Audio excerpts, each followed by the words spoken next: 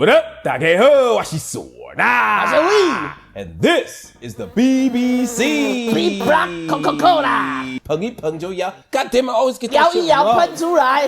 You can tell 我就不懂知识哎，很明显你不喜欢自己摇，你喜欢别人帮你摇。Yeah， you know， 你摇让我喷就好了，好不好 ？Call me Big Papa 嘛。Throw your hands in the air if you's a true player. So, we'll remind you guys to keep sharing our shit. Share it with your friends, share it with your mama, share it with your dog, goddammit. Hey. Let people know what's going on. It's popping off, and we appreciate your support. Recently, a lot of my Taiwanese friends have been asking me, "Hey, 美国真的要准备打吗？他真的敢打吗？拜登呢？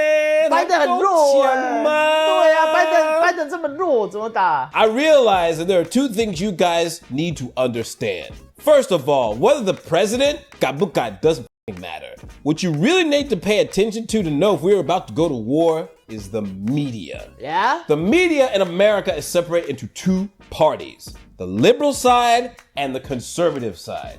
The liberal side is pretty much non-confrontational. They're all about freedom. And anytime you 呛他们说，哎，为什么要呛我呢？ I hate this game. But the right side is like, 哎，傻小，你要去打，我们去打哦。 And I mean crazy. So the left side would be like CNN. Donald Trump's big lie could change this nation forever. The impact of Donald Trump's efforts to undermine the public's faith in American democracy. The right side, which almost all Americans know, is fucking Fox News. They want America to look weak. They want to kill capitalism. They are killing small businesses. President Biden thinks he's in great shape to run the country again, but it might be too little too late. Fox News is the kind of figure piece for the right. So these two sides never agree on anything. And when they do agree on something, that usually is war. Really? Yes. Whenever you have two sides saying the same thing, saying, hey, 我们应该要去打他们欸, that's when you know the country is about to go to war. Because what is happening is our government likes to use the media to 洗脑. They like to get us prepared for the idea of, hey, this is the enemy, yo. And they do it in 3 stages.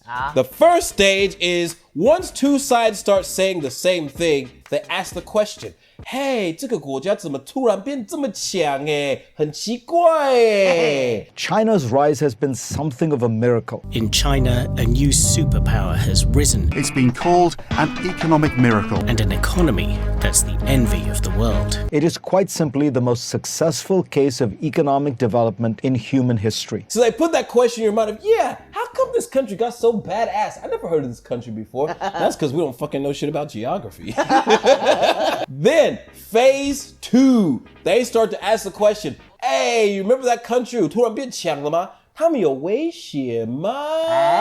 Are you worried that this action increases our chances of conflict with the Chinese? The greatest threat to America today and the greatest threat to democracy and freedom worldwide. One with the military might to challenge the US. China's president, Xi Jinping, making a veiled threat against the United States. That's what they always do. Is this country a threat? That very dangerous. So America, it's pretty clear right now we are in phase 2, borderline phase 3, but we haven't found a good enough excuse to really go and invade yet. Then the final stage, which is the stage right before we're about to go to war, which is, yo, this country is dangerous as we need to get involved right now. Hey. And usually it's because of we need to liberate these people, right? We act to protect thousands of innocent people. To disarm Iraq, to free its people, and to defend the world from grave danger. And Kuwait will once again be free. Or maybe a certain tennis player pay me too, so 我们要去过去把这个国家 YouTube 了。 Democracy YouTube. Democracy YouTube. Make that a hashtag. Hashtag China YouTube. How badass would that be? That's the reason why we actually win, is because the tennis player got me too, and they were like, all right, YouTube, nigga, let's go. She me too, like you too.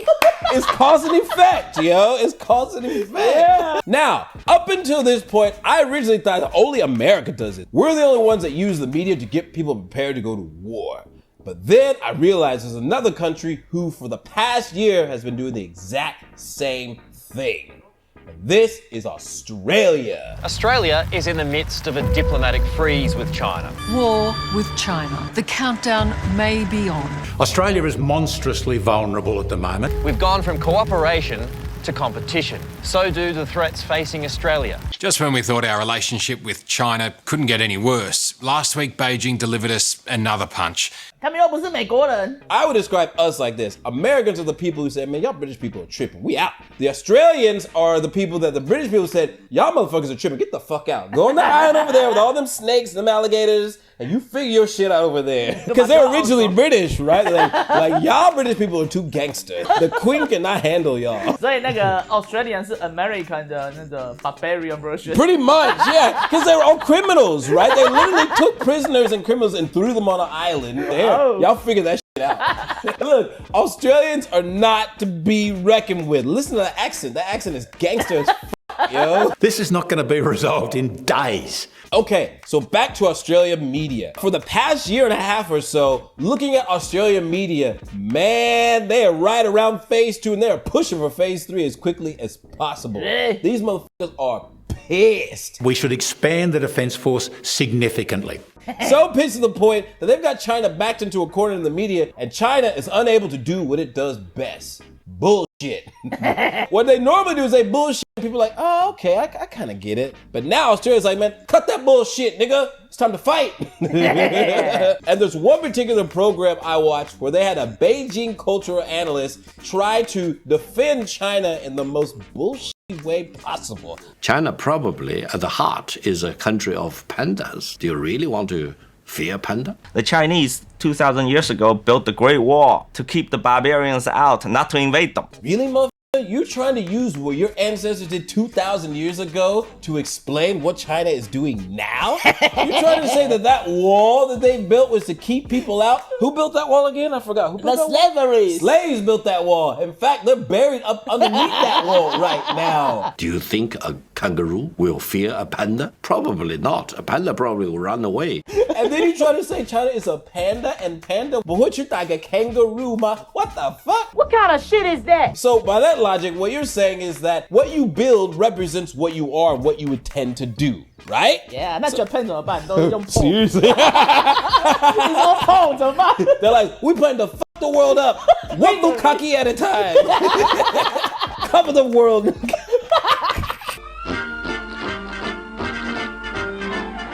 SOD the world. That's just a good plan. I'd be on board with that. I'd be on board with that. No offense to our Japanese people. We love you, yo. So, let's look at what China has been building for, let's say, the past 20 years? At this point, China surpasses America in the amount of naval ships. And America has over 10,000 at this point, yo. Then they're planning on building another 150 ships in the next 10 years. And their third aircraft carrier hits waters in the next 3 months. And they're already working on their fourth one. They also have 350 nuclear warheads, 12 of which are on their 5 submarines and aircraft carriers. And to round that off, their intercontinental ballistic missiles outnumber the American military, yo. Yeah. And you have to remember, the American military is still number 1. Well, and everything except missiles and submarines and ships. To me, that does not sound like a panda. That sounds like a fucking dragon, yo. And for those of you in America who think, oh yeah, dragons are cool, man. Bruce Lee was the fucking dragon. No, nigga, we talking about Khaleesi and Game of Thrones dragons, yo. Hold the door! Hold up. Hold the door! This door ain't gonna hold, son. So it doesn't stop there. This is just what they are physically building. But what about what they're mentally building? Just recently, not even 2 weeks ago, China just finished its 6th plenary session. This is only the 3rd time in the history of the CCP that this has ever gone down. Now let me explain to you what exactly this is.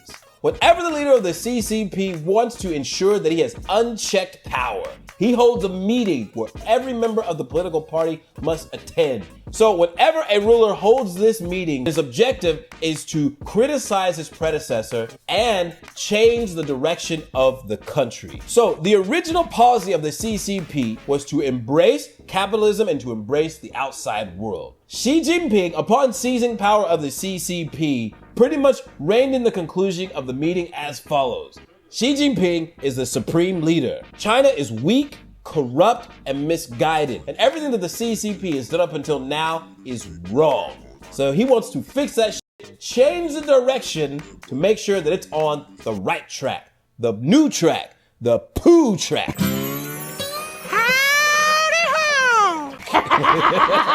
A track of shit. Literally a track of shit.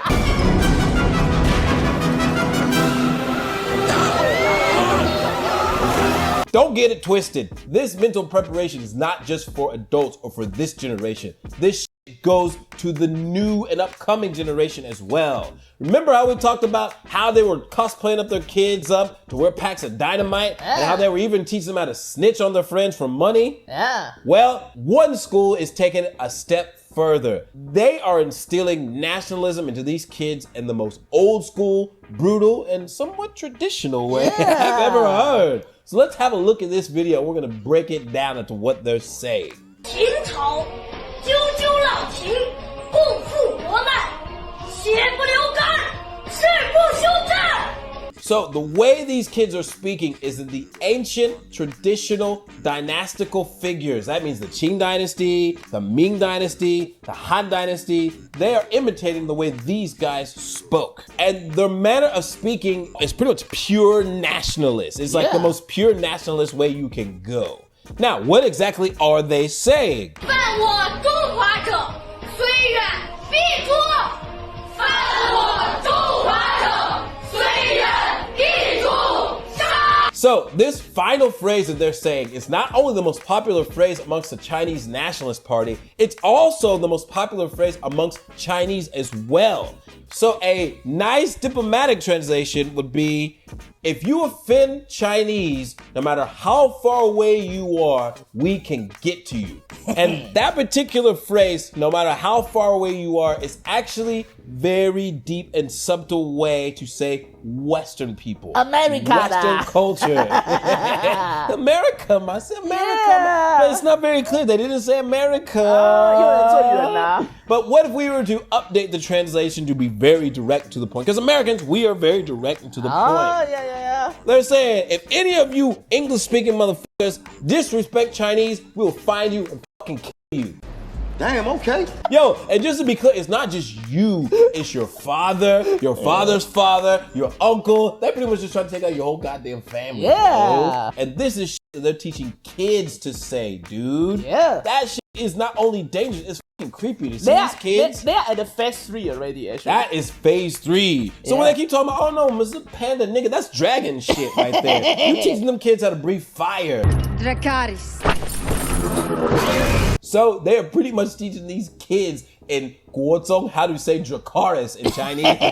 As badass as that may sound, that's really fucking creepy, yo. Yeah. So, in conclusion, while the rest of the Western world is trying to figure out whether or not we should go from phase 2 to phase 3, China's like, phase 3, nigga, right now. So, America, Australia, if you are having trouble to figure out a good reason to enter phase 3, allow us at the BBC and our fans to offer you some suggestions. If going in and saving a recently Me Too tennis player is not enough for you to go in and do your YouTube thing, we are gonna ask you guys to leave a comment down below and give us some good reasons to initiate phase 3. We'll call it the BBC phase 3 initiative. Let us know what you think would be a good reason to go Dracarys on the YouTube movement. Remember to like, subscribe, hashtag ChinaYouTube, and we'll see you next time. Peace. Peace.